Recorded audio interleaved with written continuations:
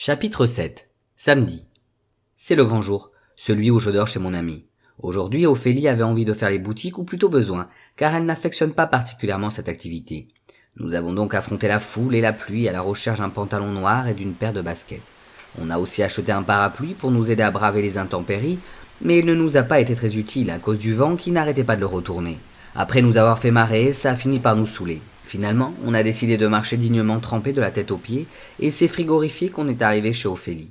On s'est changé avant de se caler dans la cuisine pour manger 3 tonnes de mini cupcakes, beaucoup trop sucrés. Ils sont vraiment minuscules, alors je demande à mon ami « Pourquoi tu les as fait aussi petits ?»« Pour en manger moins. » Je ris parce que ça ne marche pas vraiment.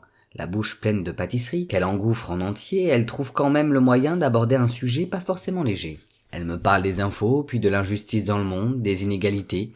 J'écoute ses points de vue auxquels j'adhère pour la plupart. On refait donc le monde sans discordance et on l'imagine différent, un peu plus comme on le voudrait. Dans notre monde, les gens seraient moins cons. On discute jusqu'à 2 heures du matin avant d'être vraiment fatigué. Je m'imaginais qu'il se passerait des choses plus palpitantes que ça, car là, on est en train de sombrer devant une série un peu naze. Mais ça me va. Au moins comme ça, je n'ai pas besoin de me poser 1000 questions. Tout est simple et c'est très bien. Je me réveille plutôt qu'Ophélie. Pour éviter de la déranger, je vais dans le salon. En sortant du lit, je me rends compte que je ne reconnais absolument rien à part mon ami endormi juste à côté de moi. Même les draps ne sont pas comme ils devraient être. Je balaie la chambre du regard. Elle est légèrement éclairée par quelques rayons de soleil qui passent par les volets. Volets en bois alors que ceux d'Ophélie ne le sont pas. Les meubles paraissent anciens, rien à voir avec la décoration by Ikea habituelle. Paniqué, je décide tout de même de m'approcher de la fenêtre pour regarder à travers, mais je me ravise, trop inquiet du dépaysement.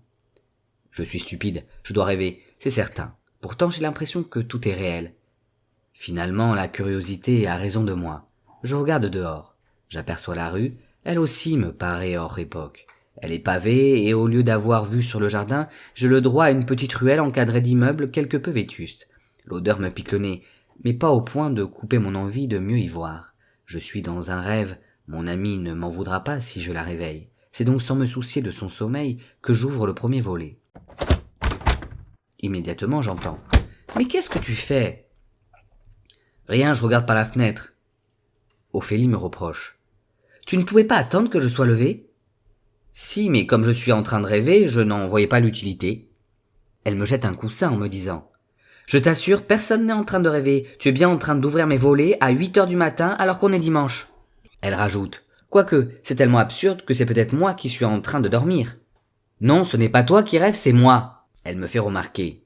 « Mais si je ne rêve pas, toi non plus. » Je lui réponds « Sauf si tu me dis ça dans mon rêve parce qu'en réalité tu n'existes pas vraiment. »« Mais si, j'existe, et tu viens de me réveiller aux aurores. » Je me rends compte que cette conversation n'a aucun sens. Ce rêve est vraiment nul. Pour échapper à l'ennui que je sens pointer, je tente de m'extirper de ce songe sans queue ni tête. Mais l'essai est malheureusement infructueux.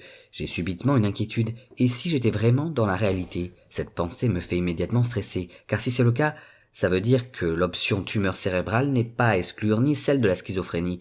C'est ça, je suis peut-être en train de devenir totalement fou. Je sens la crise d'angoisse pointer le bout de son nez. Je regarde la pièce complètement perdue, le regard d'Ophélie n'arrange rien. Elle m'observe, comme si j'étais totalement perché. Maintenant inquiète, elle me demande « Qu'est-ce qui t'arrive ?» Je ne sais pas. Machinalement, je barricade la fenêtre, comme si ne plus voir cette rue allait me ramener à la réalité. Mon ami me parle, mais je ne l'écoute plus. Trop perdu pour désirer réfléchir. Je décide de retourner me coucher. Étonnamment, je sombre aussitôt. Je me retrouve dans une forêt, l'air est chargé d'humidité, mais cela ne me dérange pas. J'avance en direction d'un tas de pierres. La végétation qui m'entoure est encore trempée de la pluie qui a certainement dû tomber quelques minutes plus tôt. Je regarde le ciel, toujours menaçant. Fait-il jour ou nuit? Je ne saurais le dire. Je marche toujours en direction des cailloux. Arrivé à leur hauteur, je me penche pour en ramasser un.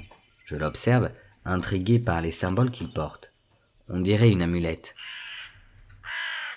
Je me réveille désorienté. Je regarde autour de moi afin de me resituer. Très vite, je me rappelle que je suis chez Ophélie. Elle est en train de me regarder. En me voyant ouvrir les yeux, elle me dit « Tu n'arrêtes pas de parler dans ton sommeil, j'ai bien cru que j'allais te bâillonner. » Et qu'est-ce que je disais?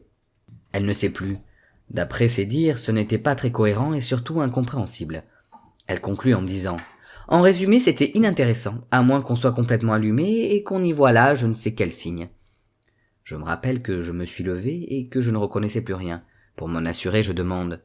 Je ne suis pas allé ouvrir la fenêtre à un moment? Oui, plein de fois, mais tu as commencé à jouer les somnambules qu'à partir de 7h30. J'ai quand même bien cru que j'allais te tuer.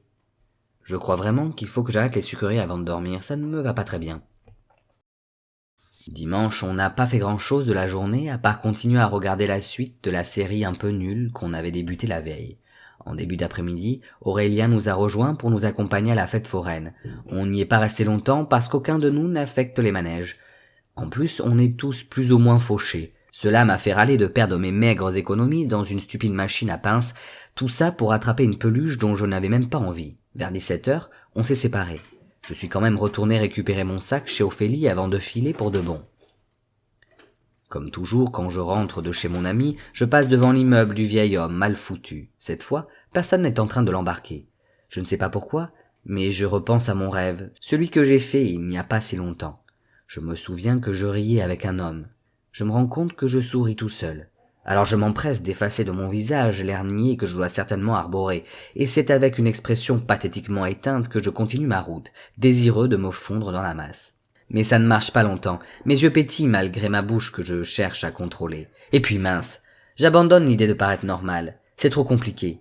Je continue donc à avancer avec mes souvenirs de rêves plein la tête. Maintenant je m'invente des histoires. Je m'imagine dans un vieux cinéma en train de regarder un film en noir et blanc, et je visualise l'homme plein de rire à côté de moi. J'ai presque l'impression d'y être. Pris par mes songes, j'arrive chez moi sans m'en rendre compte. Je redescends très vite sur terre, quand mes parents me demandent de les aider à préparer les étiquettes pour la promo qu'ils souhaitent mettre en place la semaine prochaine à la boutique. Ils auraient pu faire ça au magasin, mais ils voulaient être avec moi. Moi, j'aurais préféré ne pas être impliqué dans cette affaire de découpage de papier aux annonces criardes que je trouve, soi-disant passant, franchement ringardes. Je me garde de leur faire la remarque, il ne manquerait plus qu'ils veuillent tout refaire, alors qu'on sait tous que les affiches promotionnelles ne sont pas faites pour être jolies.